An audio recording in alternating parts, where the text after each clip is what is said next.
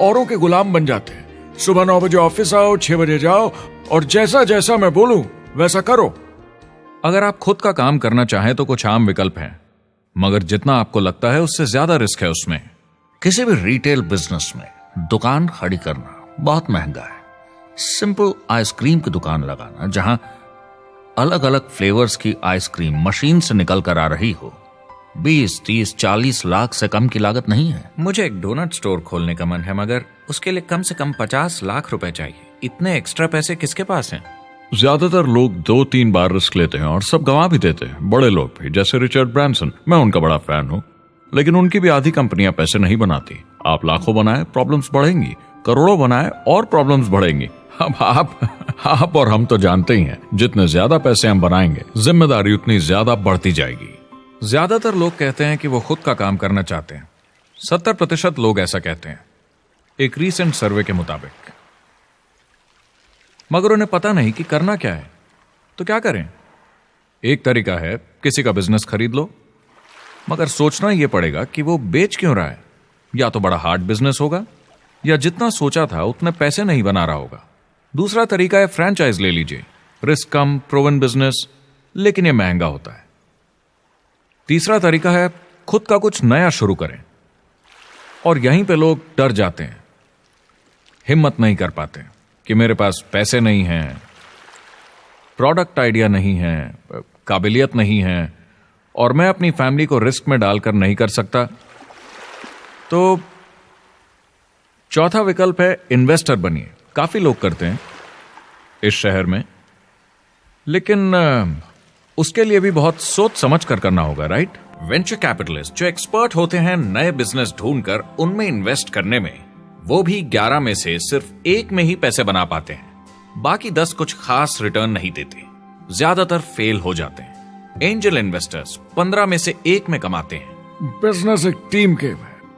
मेरे पास अकाउंटेंट्स होने चाहिए, इंजीनियर्स होने चाहिए, सिस्टम डिजाइनर्स होने चाहिए, sales, marketing, accounting, admissions team, legal team होनी चाहिए। एक एवरेज इंसान में और मुझ में भी इतनी काबिलियत नहीं कि मैं इन सबको एक साथ ला सकूं।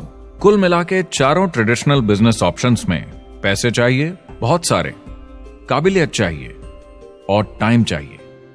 ये सब मिलकर हो जाते हैं बहुत ज्यादा रिस्क ज्यादातर लोगों के लिए। मैंने किसी से बिजनेस खरीदा और बहुत काम करना पड़ा उस पर, तो मुझे लगा मैंने आखिर क्या खरीदा, सिर्फ आपका ईमेल आईडी, और बहुत ज्यादा पैसे दिए उसके लिए। जो लोग खुद का बिजनेस शुरू करते हैं वो बहुत ज्यादा पैसा, टाइम और एफर्ट लगाते हैं सिर्फ शुरू करने के लिए, और जितना ज्यादा पैसा आपने लगाया उतना ज्यादा काम भी करना पड़ता है। आप जानते हैं रेस्टोरेंट्स का सक्सेस रेट क्या है? कितना है? करीब 90% फेल हो जाते हैं। 90% कितने टाइम में? 1 साल से कम में। मैं फ्रेंचाइज रेस्टोरेंट्स की बात नहीं कर रही, वो अलग ही खेल है जी। हमारे स्टूडेंट्स को फ्रेंचाइज नहीं मिलती, बहुत सारे पैसे डालने होंगे, और मैकडॉनल्ड्स जैसी फ्रेंचाइज के लिए पहले कंपनी के कोई साथ चांस नहीं है उनके लिए। काम करना पड़ता है सब सीखने के लिए। मान लो अगर ऐसा तरीका हो कि आपको सब कुछ तैयार मिले, बना बनाया, और मालिक भी आप खुद ही हो, दोनों मिले, तो कैसा होगा? बोलने का मतलब आपको जीरो से नहीं बनाना पड़ा, आपको बड़ा लीडर भी होने की जरूरत नहीं, नया प्रोडक्ट भी नहीं बनाना पड़ा, ऑलरेडी कामयाब प्रोडक्ट मिला, सिस्टम भी तैयार, ट्रेनिंग भी सेट, सब कुछ मिला सिवाय एम्प्लॉयर या मालिक के। बस यही नहीं मिला। आपको लगता है कि ऐसे माहौल में ज्यादा से ज्यादा लोग खुद के लिए काम करना चाहेंगे?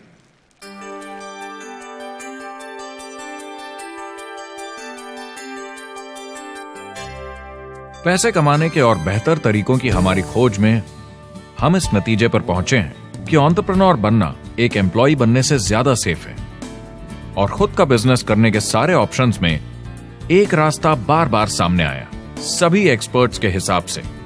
और आपको जानकर आश्चर्य होगा, क्योंकि ये नॉन ट्रेडिशनल बिजनेस है, और ये मॉडल है लोगों को खुद का बिजनेस स्टार्ट करके एंटरप्रेन्योर बनने के लिए एक नेटवर्क मार्केटिंग बिजनेस के जरिए।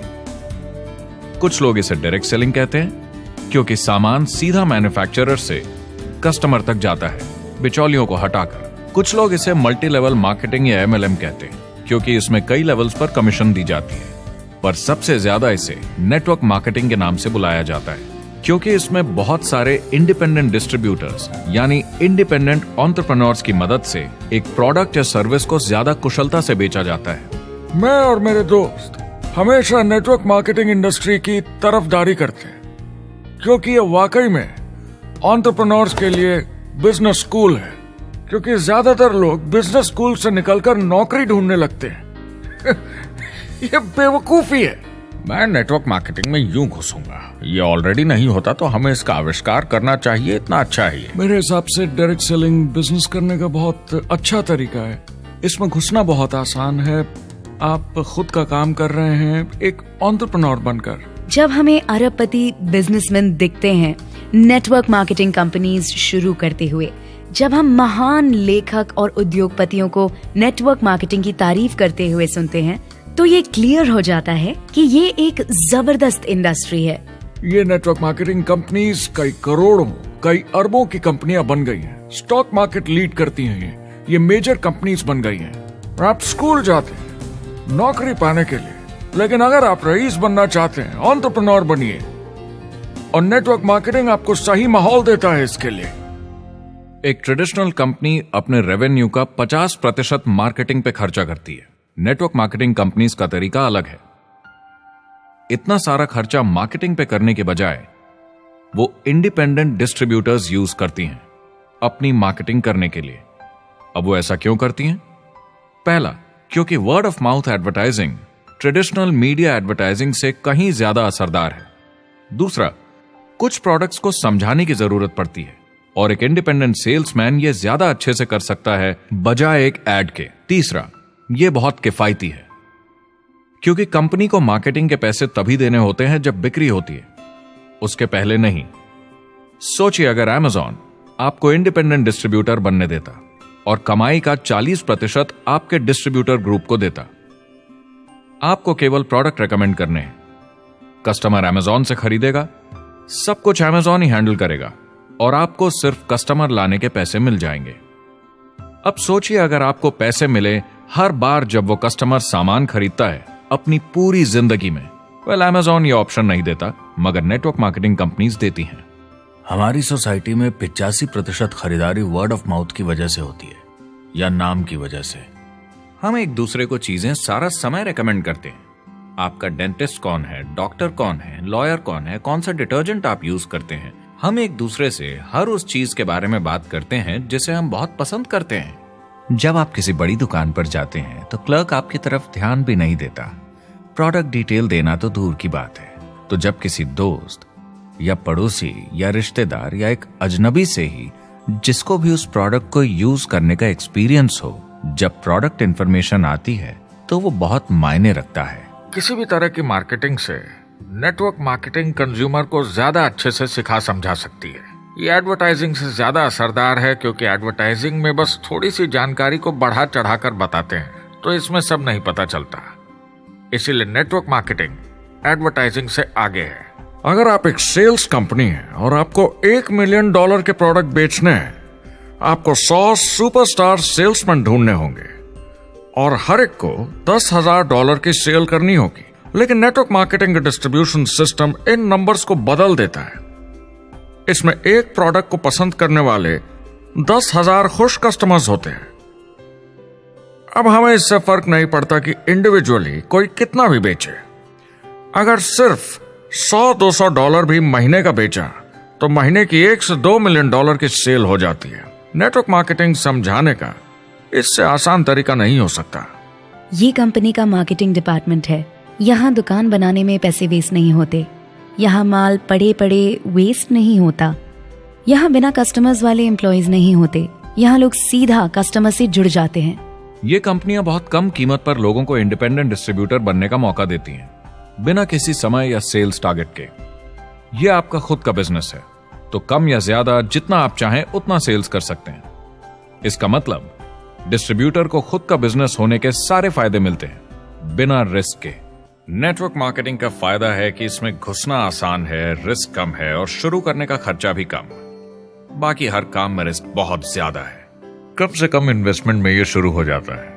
बना बनाया सिस्टम मिल जाता है, प्रोडक्ट्स या सर्विसेज जो ऑलरेडी काम कर रहे हैं। नेटवर्क मार्केटिंग एक ऐसा बिजनेस है जो मौका देता है आम जनता को इसमें जुड़ने का। ये मौका देता है एक आम इंसान को जिसके पास खुद का काम शुरू करने के साधन ना हो। तो ये सब समझना तो सीधी सी बात हुई, लेकिन नेटवर्क मार्केटिंग का एक और फायदा है, और यही फायदा इसे एंटरप्रेन्योर्स के लिए इतना इंटरेस्टिंग बनाता है।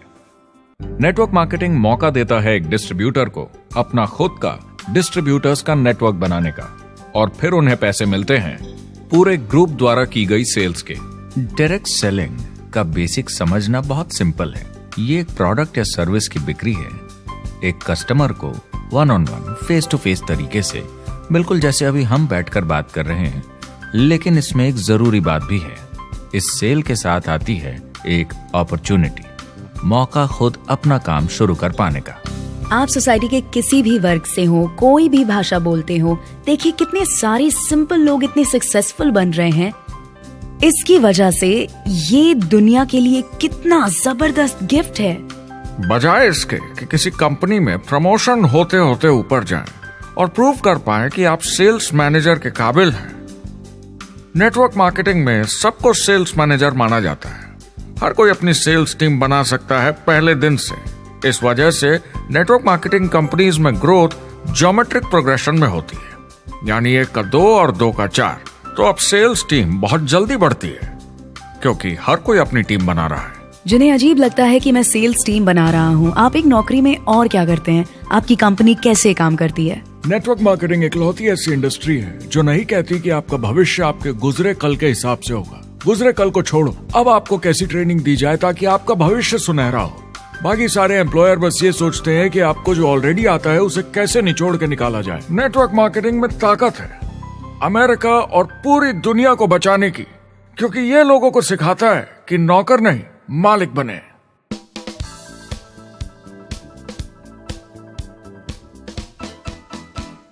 डायरेक्ट सेलिंग एसोसिएशन के हिसाब से अगर दुनिया की सारी नेटवर्क मार्केटिंग कंपनीज को जोड़ दिया जाए तो वो $178 बिलियन या 12,460 अरब रुपए की सालाना रिटेल सेल करते हैं। आइए समझते हैं कि ये कितना बड़ा होता है। नेशनल फुटबॉल लीग साल के $9 बिलियन या 630 अरब रुपए बनाती है। म्यूजिक इंडस्ट्री साल के $16 बिलियन या 1,120 अरब रुपए, और मूवी इंडस्ट्री साल के $80 बिलियन या 5,600 अरब रुपए। एवरेज निकाला जाए तो नेटवर्क मार्केटिंग कंपनीज 178 बिलियन का करीब 40% कमीशन डिस्ट्रीब्यूटर्स को देती हैं, यानी साल के $71 बिलियन, यानी महीने के $6 बिलियन, यानी $200 मिलियन या 1400 करोड़ हर दिन की कमीशन। मतलब ये काम कर रहा है और लोग बहुत पैसे बना रहे हैं नेटवर्क मार्केटिंग में। जिस तरीके से नेटवर्क मार्केटिंग इंडस्ट्री पिछले 10, 15, 20 सालों में उभर कर आई है और ज्यादा लोग अब इसमें शामिल हो रहे हैं, मार्केट में ज्यादा फैल रही है, और इसीलिए मार्केट में लोग अब समझने लगे हैं कि हम कौन और क्या हैं। आजकल बाकी कंपनीज डायरेक्ट सेलिंग कंपनीज की तरफ देखकर सोच रही हैं कि ये कुछ तो है। लोग पैसे बना रहे हैं, कंपनी मुनाफा बना रही है, लोगों में काम करने का जोश है, प्रोडक्ट मार्केट में पहुंच रहा है, शायद हमें भी ये करना चाहिए। कुछ लोगों को लगता है केवल ऊपर के लोग पैसा बनाते हैं। आइए ये भी देख लेते हैं। नेटवर्क मार्केटिंग की दुनिया में करीब 500 लोग पूरी दुनिया में ऐसे हैं जो $1 मिलियन या 7 करोड़ रुपए से ज्यादा सालाना कमाते हैं। अगर इसे $2 मिलियन कर दिया जाए तो होता है $1 बिलियन साल का, यानी साल के 71 बिलियन में से 1 बिलियन गया, बचा 70 बिलियन। तो बाकी का पैसा कहां जाता है? ये जाता है बाकी सारे पार्ट टाइम लोगों को जो कुछ $100 से लेकर महीने के हजारों डॉलर्स तक बनाते हैं। ये जाता है उन लोगों को जो इसे फुल टाइम करियर बनाते हैं और इससे भी ज्यादा कमाते हैं। हर दिन लोग नेटवर्क मार्केटिंग से कमाए हुए पैसों से अपने लोन चुका रहे हैं, मजे कर रहे हैं और अपनी जिंदगी बेहतर बना रहे हैं। मैं जिस भी नेटवर्क मार्केटिंग वाले को जानता हूँ